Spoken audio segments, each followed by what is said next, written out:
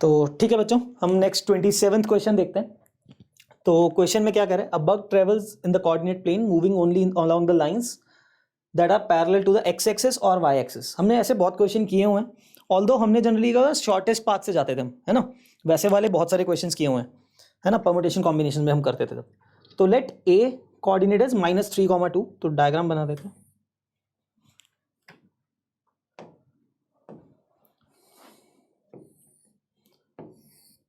सो -3,2 ये पॉइंट यहां पे होगा।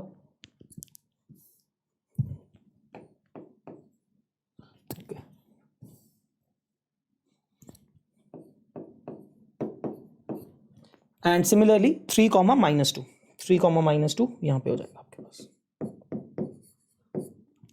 तो बच्चों हम अगर शॉर्टेस्ट पाथ की बात कर रहे हैं, यहाँ पे लेंथ 14 दिया हुआ है, हमें एटमोस्ट 14 बोला हुआ है।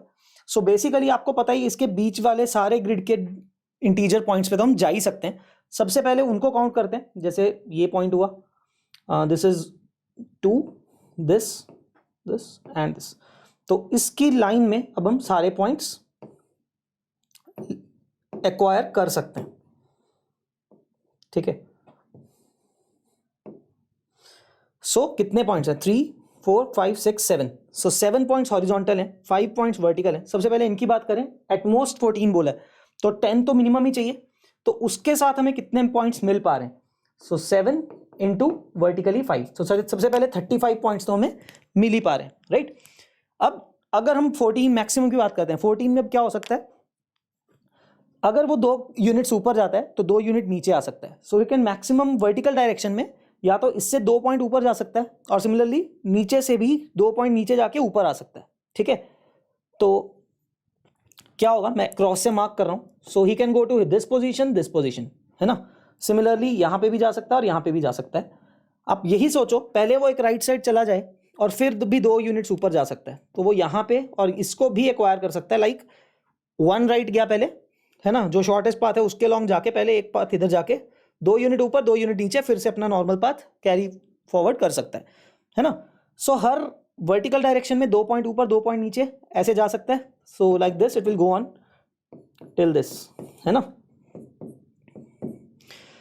सिमिलरली हॉरिजॉन्टल डायरेक्शन में भी वही 2 पॉइंट्स ऐसे भी कर सकता है ना, 2 यूनिट लेफ्ट गया, फिर 2 यूनिट राइट आया और फिर शॉर्टेस्ट पाथ फॉलो किया, तो यूनिट लेंथ 14 हो गई total path length.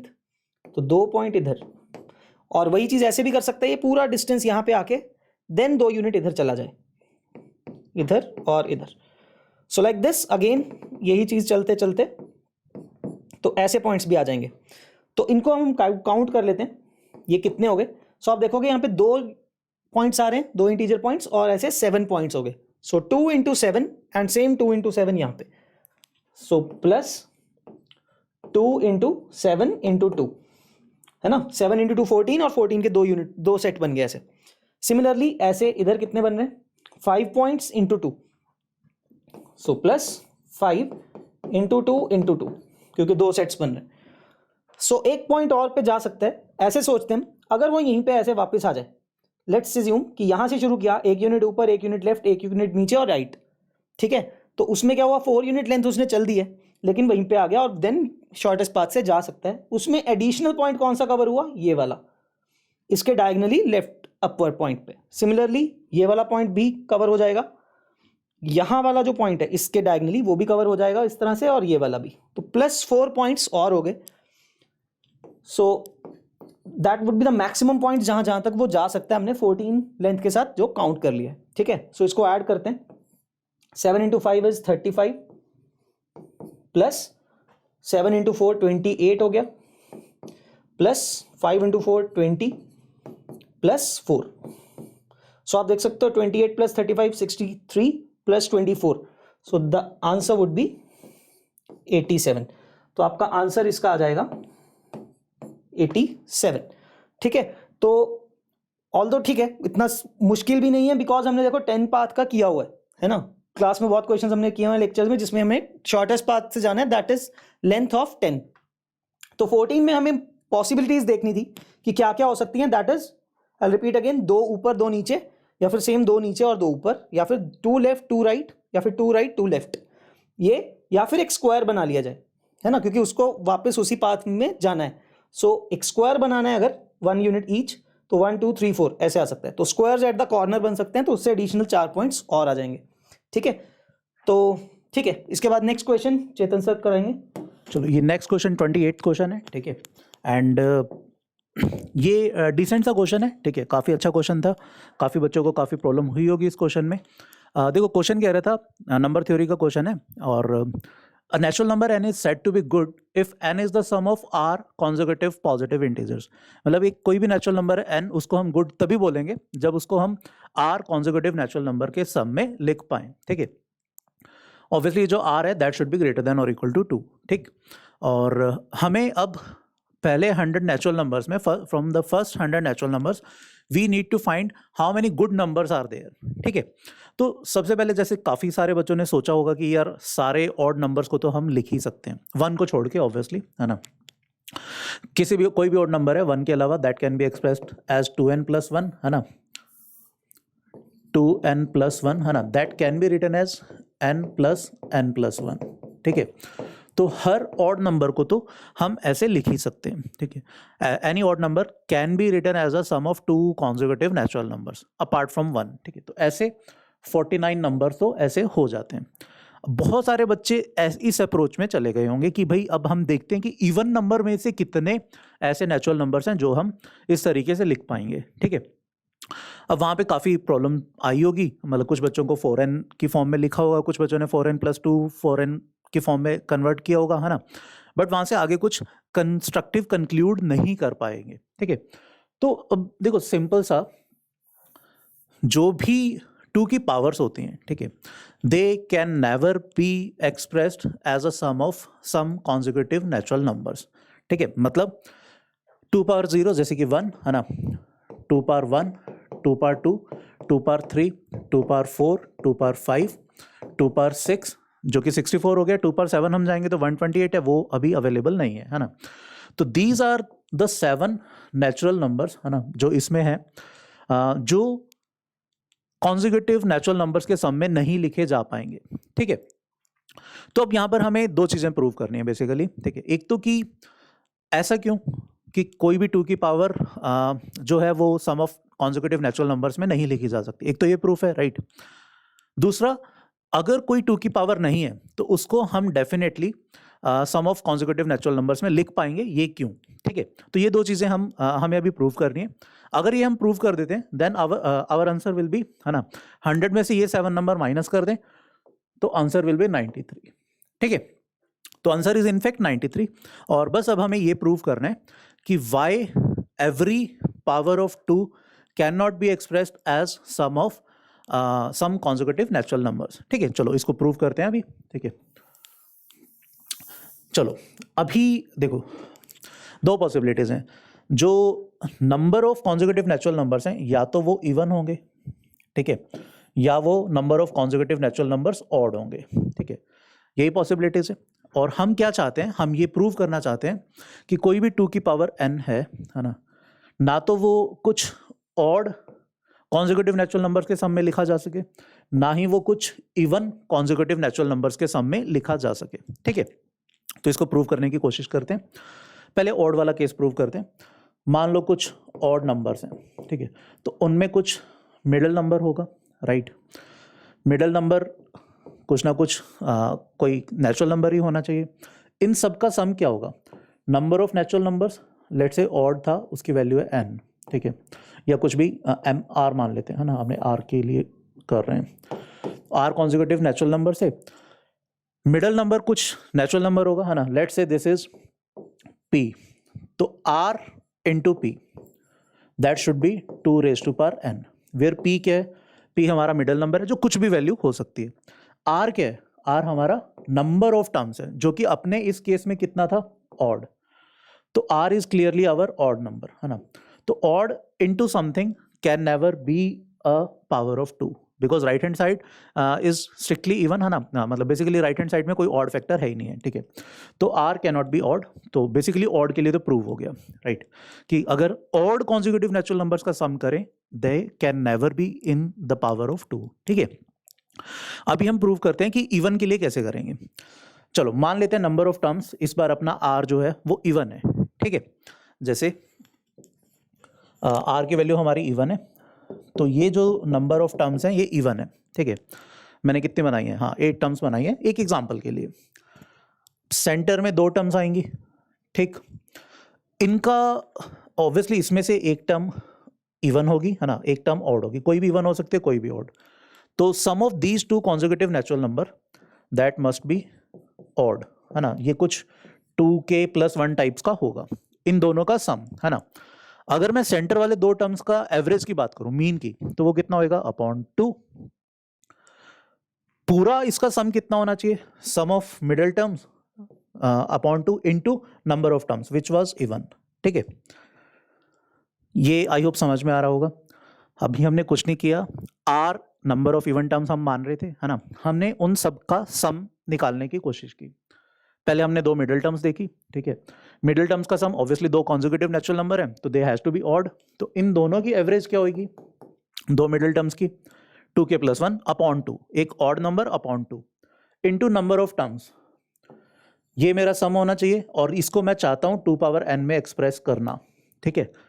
Are clearly even है तो ये 2 वाला फैक्टर इधर खत्म हो जाएगा, है ना, कहीं ना कहीं आर से कैंसिल आउट हो जाएगा, बट ये ऑड नंबर जो है वो रिटेन रह जाएगा। तो यहाँ पे राइट हैंड साइड पे हमारे पास एक ऑड फैक्टर है, लेफ्ट हैंड साइड पर कोई भी ऑड फैक्टर नहीं था। तो इसका मतलब कोई भी इवन कोई भी पावर ऑफ 2 ना तो even natural number, even consecutive natural numbers के सम में लिखा जा पाएगा, ना ही ऑड कॉन्जिक्यूटिव नेचुरल नंबर्स के सम में लिखा जा पाएगा। हेंस हम बोल सकते हैं कि कोई भी 2 की power it can not be expressed as a sum of consecutive natural numbers, right. तो ये हमारा फर्स्ट पार्ट था, है ना। अब इसी में अगर हम सेकंड पार्ट की बात करें कि भैया अगर कोई 2 की पावर नहीं है, ठीक है, तो how it can always be expressed as a sum of कुछ कॉन्जिक्यूटिव नेचुरल नंबर, ठीक है। अब इस चीज को हम प्रूव करने की कोशिश करते हैं, ठीक। देखो अगर हम बात करें लेट्स से ऑब्वियसली हम मान लेते हैं कि जो हमारा n है वो कोई भी एक ऑड नंबर इनटू समथिंग है। अब ये something has to be even, है ना, क्योंकि अगर ऑड इनटू ऑड होगा तो वो एक ऑड नंबर होगा। और अभी क्वेश्चन के स्टार्टिंग में मैंने बताया था कि हर ऑड नंबर को तो हम सम ऑफ 2 कॉन्जिक्यूटिव नेचुरल नंबर्स हमेशा लिख पाएंगे, ठीक है। तो अभी हमें सिर्फ इतना कंसिडर करना है, इतना चेक करना है कि कोई भी जो ऑड नंबर है, ठीक है, ये ऑड नंबर इनटू एक इवन नंबर, ये हम हमेशा कुछ कॉन्जिक्यूटिव नेचुरल नंबर्स में लिख पाएंगे।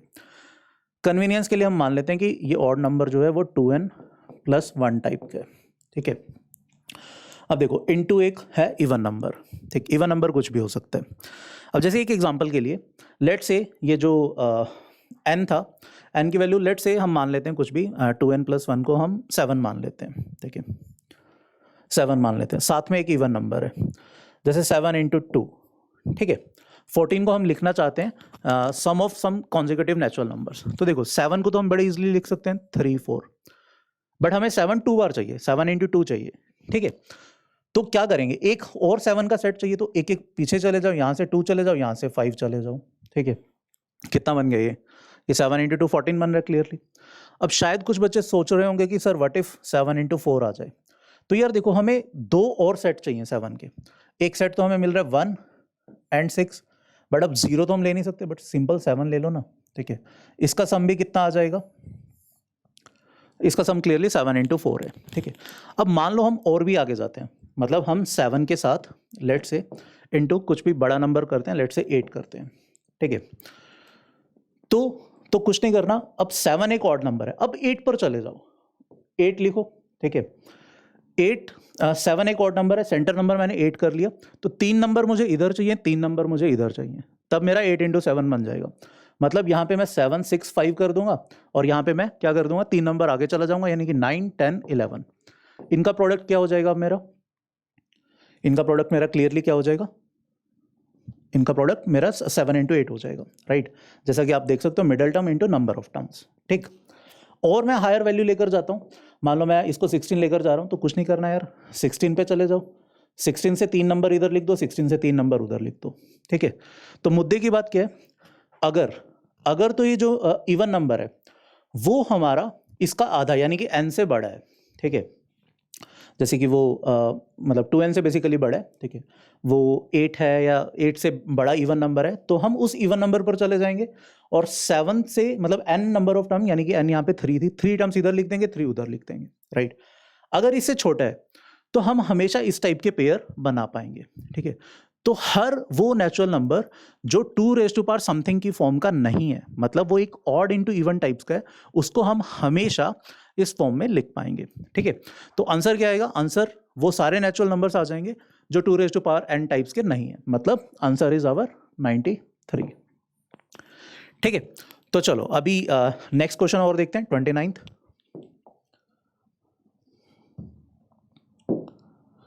ठीक है, ये भी एक अच्छा क्वेश्चन था। देखो इस क्वेश्चन में क्या कह रहे हैं, पॉजिटिव इंटीजर्स हैं ए बी सी, है ना, जो सेटिस्फाई कर रहे हैं एक रिलेशन को। रिलेशन क्या था? A B upon A minus B that is equal to C, ठीक है। अब हमें क्या चाहिए? हमें what is the largest possible value of A plus B plus C चाहिए, but obviously that should not exceed 99, मतलब 99 या उससे छोटी A plus B plus C की वैल्यू चाहिए, ठीक है।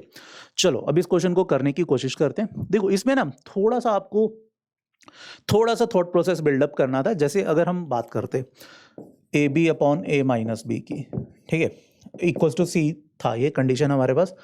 हम ऐसे हिट एंड ट्राई करते हैं, लेट से बी को मान लेते हैं एक्स, है ना, ए को ऐसे ही इसका डबल मानने की कोशिश करते हैं 2x, ताकि एक x कैंसल आउट हो पाए। तो ये बनता है 2x into x whole upon 2x minus x that is x।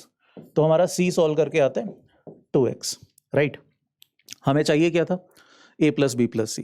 तो यहाँ से मेरा a प्लस बी प्लस सी क्या बनता है? मेरा a प्लस बी प्लस सी बन जाता है यहाँ से कितना? 5x, ठीक है।